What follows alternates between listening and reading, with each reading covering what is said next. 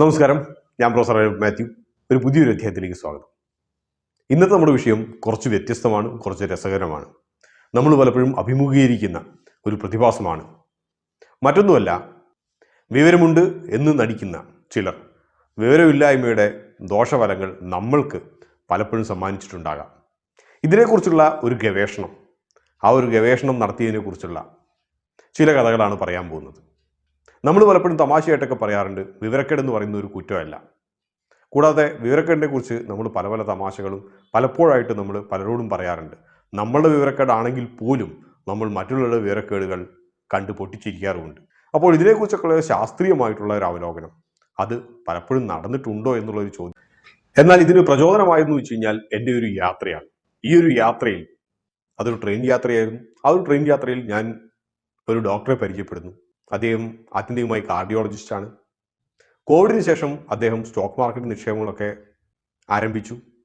മോശമില്ലാത്തൊരു നിക്ഷേപമൊക്കെ നടത്തിയിട്ടുണ്ട്. അതുകൊണ്ട് തന്നെ അദ്ദേഹം ഒരു ട്രേഡറൊന്നും അല്ലാത്തത് കൊണ്ട് തന്നെ അദ്ദേഹം ലാഭത്തിലുമാണ്.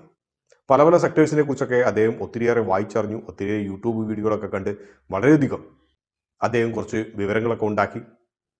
വാട്സപ്പ് യൂണിവേഴ്സിറ്റിയിൽ നിന്ന് ഉൾപ്പെടെയുള്ള പല ബിരുദങ്ങളും അദ്ദേഹത്തിന് ലഭിക്കത്തക്ക വിധത്തിലുള്ള പല ഗവേഷണങ്ങളും ആ സർവകലാശാലയിലൊക്കെ അദ്ദേഹം നടത്തി. അങ്ങനെ അദ്ദേഹം വാട്സപ്പ് യൂണിവേഴ്സിറ്റിയിൽ നിന്നും വളരെയധികം ബിരുദങ്ങൾ സമ്പാദിച്ചു എന്ന് വേണം കരുതാൻ വേണ്ടിയിട്ട്. യാത്ര സുദീർഘമായിരുന്നു. അതുകൊണ്ട് തന്നെ സംഭാഷണങ്ങൾ അപൂർവമായി മാത്രമേ ഇന്നത്തെ രീതിയിൽ സംഭാഷണങ്ങൾ ആരെങ്കിലും യാത്രകളിൽ നടത്താറുള്ളൂ. എല്ലാവരും മൊബൈൽ ഫോണിൻ്റെ മുകളിലാണ്. പക്ഷേ ഇദ്ദേഹത്തെ സംഭാഷണത്തിന് ലഭിച്ചതുകൊണ്ട് ഞാൻ അത്യധികം സന്തോഷവാനായിരുന്നു. സംഭാഷണ മധ്യേ അദ്ദേഹം എന്നെ ചെറുതായിട്ടൊക്കെ ഒന്ന് വിമർശിച്ചു. കാരണം അദ്ദേഹം എൻ്റെ ഏതൊക്കെയോ കുറച്ച് വീഡിയോകളൊക്കെ കണ്ടിട്ടുണ്ടായിരുന്നു. പ്രത്യേകിച്ച് അദ്ദേഹത്തിന് ജെൻസോളിൻ്റെ വീഡിയോയെക്കുറിച്ച് ഞാൻ പറഞ്ഞ കുറച്ച് കാര്യങ്ങളൊന്നും ഇഷ്ടപ്പെട്ടില്ല എന്ന് വേണം കരുതാൻ. മറ്റൊന്നുകൊണ്ടല്ല, ജെൻസോൾ വളരെ പ്രോമിസിങ് കമ്പനിയാണെന്നും ജെൻസോൾ പാരമ്പര്യേതര ഊർജ്ജ മേഖലയിൽ വളരെയധികം നിക്ഷേപം നടത്തുകയും ഒട്ടനേകം ടെക്നോളജികളും പേറ്റന്റുകളും നേടിയിട്ടുള്ള കമ്പനികളാണ് എന്ന് അദ്ദേഹം പറയുന്നു.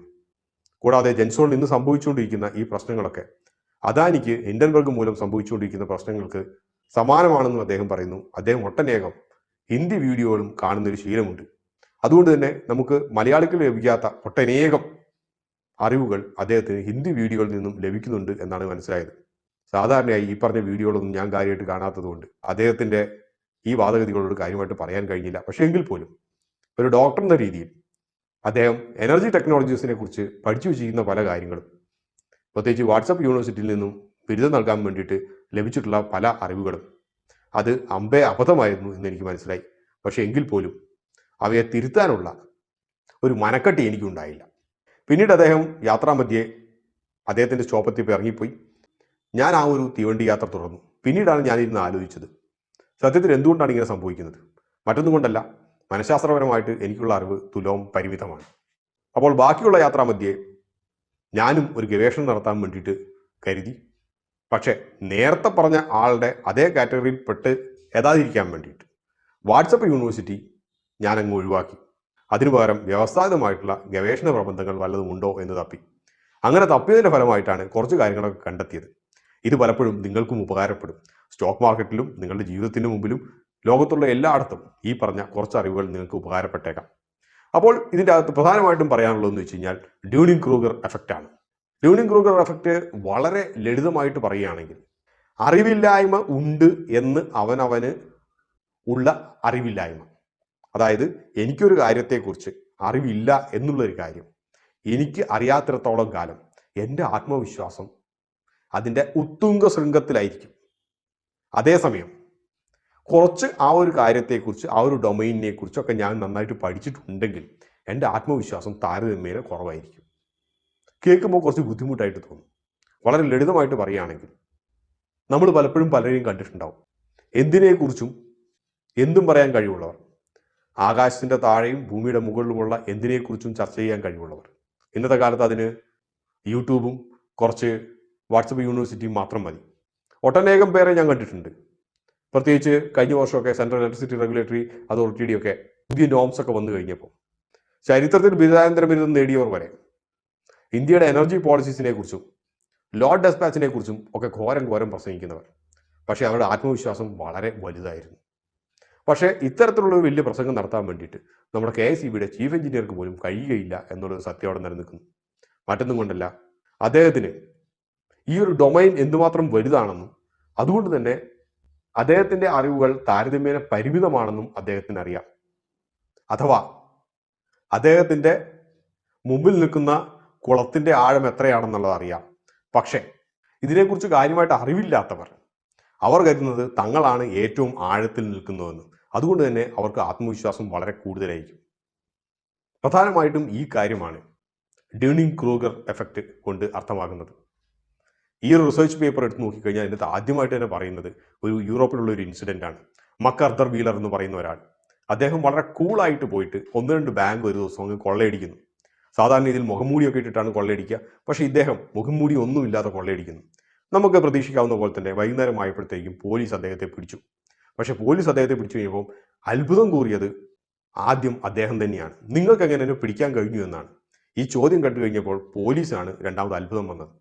മറ്റൊന്നും കൊണ്ടല്ല, ഇയാളെ പിടിക്കാൻ എന്താ അത്ര ബുദ്ധിമുട്ടുള്ളത്? CCTV ക്യാമറകളിലെല്ലാം ഇദ്ദേഹത്തിൻ്റെ മുഖം പതിഞ്ഞിട്ടുണ്ടല്ലോ. പക്ഷേ അത് കേട്ടപ്പോൾ വീലർക്ക് വീണ്ടും സംശയമായി, അത്ഭുതമായി. അങ്ങനെ വരാൻ വഴിയില്ലല്ലോ. പിന്നീടുള്ള ചോദ്യം ചെയ്യലിലാണ് അദ്ദേഹം പറഞ്ഞത്, ഞാൻ ഒരിടത്ത് വായിച്ച് പഠിച്ചിട്ടുണ്ടായിരുന്നു, നാരങ്ങാ നീര് മുഖത്ത് കയ്യിലൊക്കെ പുരട്ടി കഴിഞ്ഞാൽ ഞാൻ അദൃശ്യമാകുമെന്ന്.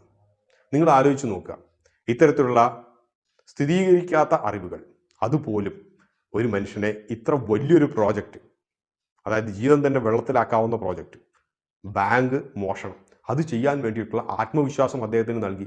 വെറും ചെറുനാരങ്ങാ നീര് മുഖത്ത് പുരട്ടി കഴിഞ്ഞാൽ ഞാൻ അദൃശ്യനാകും എന്നുള്ളത് ഇത്തരത്തിലുള്ള വിശ്വാസങ്ങൾ കൊണ്ട് അദ്ദേഹത്തിന് ഒരു ആത്മവിശ്വാസം നൽകി. അതിൻ്റെ ഫലമായിട്ടാണ് അദ്ദേഹം ബാങ്ക് റോബറിക്ക് പോയത്, എന്നെ ആരും കണ്ടുപിടിക്കില്ല എന്നുള്ളൊരു വിശ്വാസത്തിൽ. അപ്പോൾ ഇതിനെക്കുറിച്ചാണ് ഡ്യൂണിങ് ക്രൂഗർ എഫക്റ്റ് പറയുന്ന ആ ഒരു പേപ്പർ, റിസർച്ച് പേപ്പറിൻ്റെ അകത്ത് പറയുന്നത്, നിങ്ങൾക്ക് കഴിവില്ലാത്ത ഒരാളാണെങ്കിൽ നിങ്ങളുടെ കഴിവുകൾ കണ്ടെത്താൻ പോലും നിങ്ങൾക്ക് കഴിവുണ്ടാവുകയില്ല. ഇത് തന്നെയാണ് ഈ ഒരു ഇംഗ്ലീഷ് കോട്ടിൻ്റെ മലയാളമെന്ന് ഞാൻ കരുതുന്നു. ഇംഗ്ലീഷ് ഇത് ശരിക്കും if you are incompetent you can't know you are incompetent. സ്വന്തം കഴിവില്ലായ്മ മനസ്സിലാക്കാനുള്ള കഴിവ് പോലും കഴിവില്ലാത്തവർക്ക് ഉണ്ടാകില്ല എന്ന് വളരെ ലളിതമായിട്ട് വേണമെങ്കിൽ പറയാം. ഇതേ ഗവേഷണ പ്രബന്ധത്തിൽ തന്നെ എന്തുകൊണ്ട് ഇങ്ങനെ സംഭവിക്കുന്നു എന്നുള്ളതും പറയുന്നുണ്ട്. ഒന്നാമത്തെ കാര്യം നേരത്തെ പറഞ്ഞതുപോലെ തന്നെ നമുക്ക് ആ ഒരു ഡൊമൈനിനെ കുറിച്ചുള്ള ആഴത്തുള്ള അറിവില്ലാത്തത് കൊണ്ട് തന്നെ. അതുകൊണ്ട് തന്നെ എന്ത് സംഭവിക്കും? ഞാൻ അറിഞ്ഞത് തന്നെയാണ് ഏറ്റവും ആഴത്തുള്ള ഒരു അറിവ് എന്നുള്ള ഒരു വിശ്വാസം, അത് നൽകുന്ന ആത്മവിശ്വാസം, അത് ചില്ലറയല്ല. അതാണ് ഒന്നാമത്തെ കാരണം. അതുകൊണ്ടാണ് പലപ്പോഴും നമുക്ക് അറിവില്ലാത്തവരുമായിട്ട് നമുക്ക് വാഗ്വാദത്തിൽ ഏർപ്പെട്ടിട്ട് ജയിക്കാൻ പറ്റാത്തത്. രണ്ടാമത്തെ കാരണം എന്ന് വെച്ച് കഴിഞ്ഞാൽ സാധാരണ രീതിയിൽ നമ്മൾ സ്റ്റോക്ക് മാർക്കറ്റിൻ്റെ ഇതിനകത്ത് ട്രേഡിംഗ് സൈക്കോളജിയിൽ പറയുന്ന പോലെ കൺഫർമേഷൻ ബയസ് ആണ്. അതായത് നമുക്ക് അറിയുന്ന കുറച്ച് കാര്യങ്ങളെക്കുറിച്ച് അതിനെ മാത്രം സബ്സ്റ്റാൻഷിയേറ്റ് ചെയ്യാനുള്ള ചില കാരണങ്ങളോ ചില തെളിവുകളോ മാത്രം നോക്കി നടക്കും. അതേസമയം അതിനെ കോൺട്രഡിക്റ്റ് ചെയ്യുന്ന എന്തെങ്കിലും ഉണ്ടെങ്കിൽ അത് സൗകര്യപൂർവ്വം ഒഴിവാക്കും. പലപ്പോഴും ശരിക്കും ബിരിയാണി കൊടുക്കുന്നുണ്ടെങ്കിലോ എന്ന് കരുതിയിട്ട് പല തട്ടിപ്പ് കാര്യങ്ങളിലും ചെന്ന് ചാടുന്നത് ഇത്തരത്തിലുള്ള മനോസ്ഥിതിയുള്ളവരായിരിക്കും. മുമ്പത്തതുപോലെ അല്ല ഇത് എന്നുള്ളൊരു തോന്നൽ ഇതുവഴി ഉണ്ടാകും. മറ്റൊന്നുള്ളത്, മൂന്നാമത്തെ കാരണം എന്ന് വെച്ച് കഴിഞ്ഞാൽ അവനവനെ തന്നെ ക്രിട്ടിസൈസ് ചെയ്യാനുള്ള ഒരു കഴിവില്ലായ്മയോ വിഷമതകളോ. ഉദാഹരണമായിട്ട് പറയുകയാണെങ്കിൽ നമ്മളൊരു പരീക്ഷയിൽ തോറ്റുപോയി, ഞാൻ പഠിക്കാത്തത് കൊണ്ടാണ് പരീക്ഷയിൽ തോറ്റുപോയത് എന്ന് കരുതുന്നതിന് പകരം ടീച്ചർക്ക് എന്നോട് ദേഷ്യമുണ്ട് എന്ന് കരുതിയാൽ എന്തിരിക്കും? നമുക്ക് നമ്മളെ തന്നെ ക്രിട്ടിസൈസ് ചെയ്യാനുള്ള ഒരു ആറ്റിറ്റ്യൂഡ് ഇല്ലെങ്കിൽ പലപ്പോഴും നമ്മൾ ഒരിക്കലും ഡെവലപ്പ് ചെയ്യില്ല. ഈ പേപ്പറിൻ്റെ അകത്ത് തന്നെ നമ്മളൊരു പ്ലോട്ട് കാണാം. കോൺഫിഡൻസ് അഗെയിൻസ്റ്റ് കോമ്പിറ്റൻസിയാണ്. അതായത് എക്സ് ആക്സിസിൽ നമ്മൾ കഴിവാണ്, അതായത് എക്സ് ആക്സിസിൻ്റെ വലതുഭാഗത്തോട് പോകുന്തോറും കഴിവ് കൂടി വരുന്ന ആളുകളുടെ സാമ്പിളിങ്സ് ആണ്. വൈ ആക്സിസിൻ്റെ, അതായത് വെർട്ടിക്കലായിട്ടുള്ള ആക്സിസിൻ്റെ മുകളിലേക്ക് പോകുന്തോറും കോൺഫിഡൻസ് കൂടി വരും. അപ്പോൾ ഇതിനകത്ത് നമുക്ക് കാണാൻ കഴിയും എക്സ് ആക്സിസിൻ്റെ ആദ്യ ഘട്ടങ്ങളിൽ നിൽക്കുന്നവർ അവർ താരതമ്യേന കഴിവ് കുറഞ്ഞവരാണ്. അപ്പോൾ നമുക്ക് കാണാൻ കഴിയുന്ന ഒരു കാര്യം, തീരെ കഴിവില്ലാത്തവർക്ക് തീരെ കോൺഫിഡൻസ് ഇല്ല. പക്ഷേ അതേസമയം മുമ്പോട്ട് പോകുന്തോറും കുറച്ച് കഴിവ് കൂടി വരുമ്പോൾ, കുറേ കഴിവല്ല കുറച്ച് കഴിവ് കൂടി വരുമ്പോൾ ഇവരുടെ കോൺഫിഡൻസ് ഏറ്റവും അധികരിച്ചിട്ട് അതിൻ്റെ പീക്ക് വാല്യൂയിലെത്തും. ഏറ്റവും അധികം കോൺഫിഡൻസ് അറിവില്ലായ്മ കൊണ്ടുണ്ടാകുന്ന ഒരു കോൺഫിഡൻസ് അത് അത്തരത്തിലുള്ളവർക്കാണ് ഉണ്ടാവുക. വീണ്ടും മുമ്പോട്ട് പോയാൽ നമുക്ക് കാണാൻ കഴിയും കുറച്ചുകൂടി അറിവ് നേടിയവർ അവർ കുറച്ചും കൂടി കൾച്ചേർഡാണ്. പക്ഷേ എങ്കിൽ പോലും അവർ വളരെയധികം സംശയങ്ങളായിരിക്കും. അവരവരുടെ കഴിവിനെക്കുറിച്ചുള്ള സംശയങ്ങൾ കൊണ്ട് തന്നെ അവർക്ക് ഒന്നിനെക്കുറിച്ചും ഒരു തീരുമാനമെടുക്കാനോ കാര്യങ്ങൾ ശക്തമായിട്ട് അഭിപ്രായം പറയാനോ കഴിയില്ല. ഇതിനൊരു മാറ്റം വരണമെങ്കിൽ കുറച്ചും കൂടി അറിവുകൾ കൂടണം, കഴിവുകൾ കൂടണം.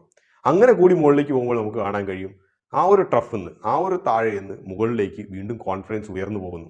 പക്ഷേ എങ്കിൽ പോലും നമ്മൾ അറിയാം, എക്സ്പേർട്ടായിട്ട് ആ ഒരു ഡൊമൈനിനെ കുറിച്ച് ഏറ്റവും എക്സ്പേർട്ടായിട്ടുള്ള ഒരാളുടെ കോൺഫിഡൻസിനേക്കാളും വളരെ കൂടുതലാണ് വിവരക്കേട് കൊണ്ടുണ്ടാകുന്ന കോൺഫിഡൻസ്. ആ ഒരു ലെവലാണ് നമ്മളവിടെ കോൺഫിഡൻസ് ഗ്യാപ്പായിട്ട് കൊടുത്തിരിക്കുന്നത്. ആദ്യം കാണിച്ചിരിക്കുന്ന അറിവും കഴിവും കുറഞ്ഞിട്ട് ഏറ്റവും വലിയ കോൺഫിഡൻസ് നിൽക്കുന്ന ആ ഒരു പീക്കിൽ നിൽക്കുന്നവരാണ് പീക്ക് ഓഫ് മൗണ്ട് സ്റ്റുപ്പിഡ് എന്ന് പറയുന്നത്. അതായത് വിഡ്ഢിത്തങ്ങളുടെ ഒരു കൊടുമുടിയിലാണ് അവർ നിൽക്കുന്നതെന്നറിയാം. ഈ പറഞ്ഞ പ്രശ്നങ്ങളൊക്കെ എവിടെയൊക്കെ ഉണ്ടാവുമെന്ന് വെച്ചാൽ നമ്മുടെ ചുറ്റും എപ്പോഴും ഉണ്ടാവും. നമ്മൾ പലപ്പോഴും ഇതേ കാര്യങ്ങൾ അഭിമുഖീകരിച്ചിട്ടുണ്ടാവും. നിങ്ങളുടെ ജോലി എടുക്കുന്ന സ്ഥലങ്ങളിൽ, അത് നിങ്ങളുടെ സബോർഡിനേറ്റ് ആകട്ടെ, നിങ്ങളുടെ റിപ്പോർട്ടിംഗ് മാനേജർ ആകട്ടെ, ബോസ് ആകട്ടെ, ആരാണെങ്കിലും ഇവർ ചില സമയങ്ങളിൽ ചില കാര്യങ്ങൾ ചെയ്തിട്ട് ചിലപ്പോൾ ശരിയായിട്ടുണ്ടാകാം. പക്ഷെ അത് തന്നെയാണ് ശരി എന്നുള്ള ശാഠ്യം, കൂടുതൽ കാര്യങ്ങൾ പഠിക്കാതിരിക്കാനുള്ള ശാഠ്യം, ഇവയെല്ലാം പലപ്പോഴും ഇത്തരത്തിൽ വരുന്ന മൗണ്ട് ഓഫ് സ്റ്റുപ്പിഡിറ്റിയിൽ വരുന്നതാണ്. വളരെ ചെറിയൊരു ഉദാഹരണം പറയാം. ഒരു 15 വർഷങ്ങൾക്ക് മുമ്പ് എഡ്യൂക്കേഷൻ ടെക്നോളജി എന്ന് പറയുന്നത് അതിൻ്റെ ഒരു ശൈശവാവസ്ഥയിലായിരുന്നു. അപ്പോൾ ആ കാലങ്ങളിൽ സത്യത്തിൽ പറഞ്ഞു കഴിഞ്ഞാൽ വളരെ മെച്യൂർഡ് ആയിട്ടുള്ള ഒരു ടെക്നോളജി ഇല്ലെങ്കിൽ പോലും, മെച്യൂർഡ് ആയിട്ടുള്ള ഫുൾ ആയിട്ടുള്ള ഡിജിറ്റൽ കോണ്ടന്റ് ഇല്ലെങ്കിൽ പോലും നിങ്ങൾക്ക് നല്ലൊരു ബിസിനസ് ആ ഒരു പ്രോഡക്റ്റ് വെച്ച് നേടിയെടുക്കാൻ കഴിയും. പക്ഷേ 15 വർഷത്തിൻ്റെ ഇപ്പുറം നിങ്ങൾ അതുപോലെ ഞാൻ പകുതി വന്ന പ്രോഡക്റ്റുമായിട്ട്, പകുതി ഉണ്ടാക്കിയ പ്രോഡക്റ്റുമായിട്ട് ഞാൻ സെല്ല് ചെയ്യാൻ ഇറങ്ങുന്നു എന്ന് പറഞ്ഞ് നിങ്ങൾ സെല്ല് ചെയ്യാൻ ഇറങ്ങിക്കഴിഞ്ഞാൽ ഒരിക്കലും അത് നല്ല രീതിയിൽ വിറ്റുപോകില്ല. പക്ഷേ 15 വർഷമായിട്ട് റൺ ചെയ്യുന്ന ഒരു കമ്പനി, ആ ഒരു കമ്പനിയുടെ മുതലാളി പറയുന്നു, 15 വർഷം മുമ്പ് ഞാൻ ഇങ്ങനെ പാതി വെന്ത പ്രോഡക്റ്റുകളൊക്കെ ഞാൻ സെല്ല് ചെയ്തിട്ടുണ്ടായിരുന്നു, നല്ല റവന്യൂ നേടിയെടുത്തു, നിങ്ങൾക്ക് എന്തുകൊണ്ട് ഇപ്പോൾ ഇത് ചെയ്തുകൂടാ എന്നുള്ളത് പുതിയ സെയിൽസുകാരോട് ചോദിച്ചു കഴിഞ്ഞാൽ കാലം മാറി, കഥ മാറി, സിറ്റുവേഷൻസ് മാറി, കോമ്പറ്റീഷൻ മാറി. അപ്പോൾ ഈ ഒരു മൗണ്ട് ഓഫ് സ്റ്റുപ്പിഡിറ്റിയിൽ നിന്നുകൊണ്ട് നമ്മൾ കാര്യങ്ങളെ നോക്കി കാണുമ്പോൾ നമ്മുടെ ചുറ്റുപാടുമുള്ള മാറ്റങ്ങൾ പലപ്പോഴും നമുക്ക് മനസ്സിലാവുകയില്ല. അത് ബിസിനസ്സിലാണെങ്കിലും ശരി, വീട്ടിലാണെങ്കിലും ശരി. മറ്റൊന്നുള്ളത് മൗണ്ട് ഓഫ് സ്റ്റുപ്പിഡിറ്റിയുടെയും ഈ കോൺഫിഡൻസ് കൂടുന്നതിൻ്റെയും വലിയൊരു പ്രശ്നം നമ്മൾ പലപ്പോഴും കണ്ടിട്ടുള്ളത് നമ്മുടെ പൊതുരംഗത്താണ്. പല രാഷ്ട്രീയക്കാരും തങ്ങൾക്ക് അറിയാത്ത കാര്യങ്ങളെക്കുറിച്ചോ അല്ലെങ്കിൽ പകുതി അറിയുന്ന കാര്യങ്ങളെക്കുറിച്ചോ വളരെ ആത്മവിശ്വാസത്തോടു കൂടി നെഞ്ചു വിരിച്ച് പ്രസംഗിക്കും. ഈ പ്രസംഗം കേൾക്കുന്ന പലർക്കും ഇതിനെക്കുറിച്ച് യാതൊരു ധാരണയുണ്ടാകില്ല. അതുകൊണ്ട് തന്നെ ഇവയാണ് സത്യം എന്ന് വിശ്വസിച്ച് മോശമില്ലാത്ത ഡാമേജസ് ഒക്കെ വരുത്തി വെക്കും. പിന്നെ ഇന്ന് സർവ്വസാധാരണമായിട്ട് കാണുന്നത് എവിടെയാണെന്ന് വെച്ച് കഴിഞ്ഞാൽ സോഷ്യൽ മീഡിയയിലാണ്. നമുക്കറിയുന്ന പോലെ തന്നെ സോഷ്യൽ മീഡിയയിൽ എല്ലാവരും എക്സ്പേർട്ടാണ്, എന്തിനെക്കുറിച്ചും എക്സ്പേർട്ട്. അതിനെക്കുറിച്ച് നമ്മൾ സാധാരണ ഇതേ പേപ്പറിൽ തന്നെ ഫ്രാഗ്മെന്റഡ് നോളജാണ്. എല്ലായിടത്തും എല്ലാവർക്കും നോളജ് ലഭിക്കും. DM കഴിഞ്ഞിട്ടുള്ള ഒരു ഡോക്ടർക്കും ഫിനാൻസിനെ കുറിച്ചുള്ള നോളജ് ലഭിക്കാൻ വേണ്ടി ഒരു അരമണിക്കൂർ ഇരുന്നാൽ മതി.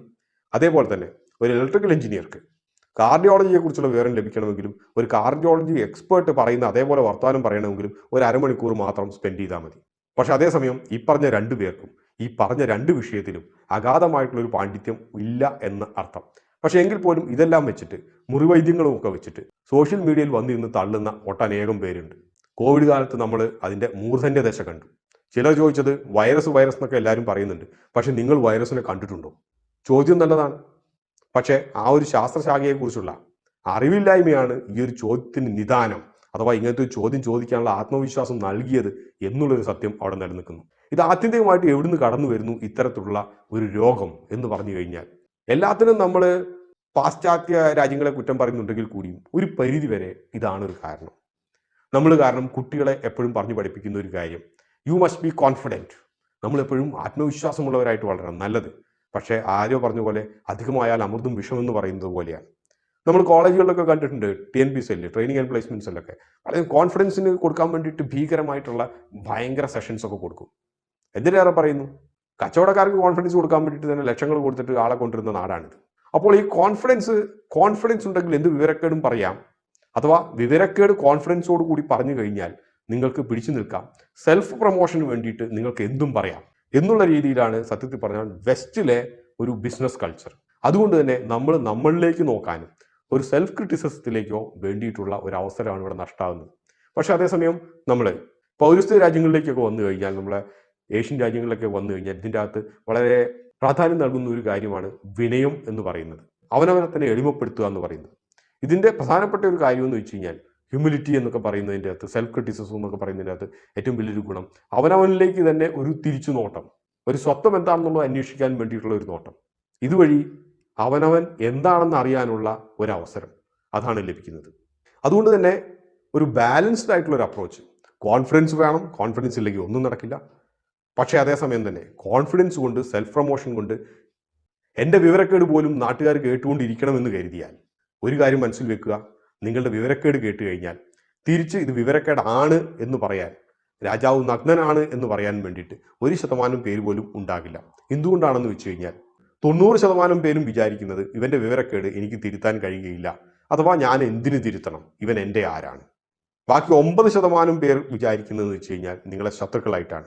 ഇവൻ ഇതേ വിവരക്കേട് കൊണ്ട് തന്നെ നടക്കട്ടെ, ഇവനെ ഞാൻ തിരുത്തിയാൽ ഇവനെങ്ങാനും നന്നായി പോയാലോ, ഇവന്റെ തെറ്റുകൾ ഇവൻ തിരിച്ചറിഞ്ഞ് ഇവൻ എന്നെക്കാളും വലിയവനായി പോയാലോ എന്ന് കരുതി ഈ വിവരക്കേട് പ്രോത്സാഹിപ്പിക്കുന്ന കുറേ പേര് നിങ്ങളുടെ ചുറ്റുമുണ്ടാകും. അവർ കൈകൊട്ടി പ്രോത്സാഹിപ്പിക്കും, താങ്കൾ ഒരു ഭീകരനാണെന്ന് പറയും, താങ്കളുടെ അത്ര ബുദ്ധിയും വിവരമുള്ള ആരും ഈ ലോകത്ത് ഇല്ല എന്നൊക്കെ പറയും. ആലോചിച്ചു കൊള്ളുക, അവരുടെ മനസ്സിൽ നിങ്ങളെക്കുറിച്ചുള്ള ഒരു സ്നേഹവും ഇല്ല. പിന്നെ അവസാനമുള്ള 1% എന്ന് പറയുന്നത് മിക്കവാറും നിങ്ങളുടെ മക്കളോ ഭാര്യയോ അച്ഛനോ അമ്മയോ അല്ലെങ്കിൽ ആത്മാർത്ഥ സുഹൃത്തോ മാത്രമാകാം. ഈ ഒരു ആത്മാർത്ഥ സുഹൃത്തിനെയോ ഭാര്യയോ ചിലപ്പോൾ മക്കളെയോ അമ്മേനെയോ ഉൾപ്പെടെ അവർ സത്യം പറഞ്ഞു കഴിഞ്ഞാൽ നിങ്ങൾ അവരെ ശത്രുക്കളായിട്ട് കാണാൻ വേണ്ടി തുടങ്ങും എന്നുള്ളതാണ് സത്യം. ഇത്രയൊക്കെയാണ് ശാസ്ത്രീയമായിട്ട് വിഡ്ഢിത്തങ്ങളെക്കുറിച്ചും വിഡ്ഢിത്തങ്ങൾ കൊണ്ടുണ്ടാകുന്ന ആത്മവിശ്വാസത്തെക്കുറിച്ചും ഡണിംഗ് ക്രൈഗർ എഫക്റ്റ് പറയുന്നത്. സ്റ്റോക്ക് മാർക്കറ്റിൻ്റെ അത് നോക്കിയാലും കാണാം. സ്റ്റോക്ക് മാർക്കറ്റ് എങ്ങനെയാണ് ഫംഗ്ഷൻ ചെയ്യുന്നത്, ഓപ്ഷൻ പ്രൈസ് എങ്ങനെയാണ് ഡിറൈവ് ചെയ്യുന്നത് എന്നറിയാത്തവർ പോലും ഓപ്ഷൻ ക്ലാസ്സസ് ഒക്കെ എടുക്കുന്ന ഒരു കാലമാണ്. ഓപ്ഷൻ പ്രൈസിംഗ് എന്ന് പറയുന്ന ഒരു വാല്യൂഷൻ സ്ട്രാറ്റജിയാണ് എന്നുള്ള കാര്യം പോലും കാര്യമായിട്ട് അറിവില്ലാത്തവർ അവർ അതിഭീകരമായിട്ട് F&O ക്ലാസ്സസും ഫിനാൻഷ്യൽ റേഷ്യോസ് 3 or 4 അറിയുന്നത് അതും വെച്ച് പബ്ലിക്കായിട്ട് പ്രസംഗിക്കുന്ന ഒരു കാലമാണ് നമ്മൾ കണ്ടുകൊണ്ടിരിക്കുന്നത്. അതുകൊണ്ട് നമ്മൾ നമ്മളെ തന്നെ ഒന്ന് അപഗ്രഥിക്കുക, വിലയിരുത്തുക, അതിനുശേഷം നമ്മൾ മുമ്പോട്ട് പോകുക. നല്ലൊരു ഞായറാഴ്ച ആശംസിച്ചുകൊണ്ട് ഈ എപ്പിസോഡ് ഇവിടെ പൂർണ്ണമാകുന്നു. മറ്റൊരു തെറ്റി വീണ്ടും കാണാം. അതുവരെ നന്ദി, നമസ്കാരം.